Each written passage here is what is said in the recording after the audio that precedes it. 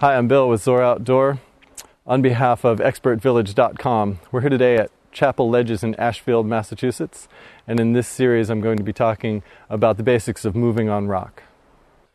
Mantle is a technique for getting up onto a ledge or a flat spot in your climb. Shares some similarities with getting out of a swimming pool without a ladder. You want to get your feet set up so that you can get high enough to push down on the edge that you're climbing onto. Keep your hands close to the edge, so this is going to give you the best balance. Leaning forward at this point is only going to make it harder. Staying here, my next step is to get a foot up on the mantle ledge that I'm after. A knee might seem easier, but it doesn't set you up for success later. Takes a little flexibility, stretching in advance helps. Once I'm here, what I need to do is position myself over my feet so that I'm ready to stand up.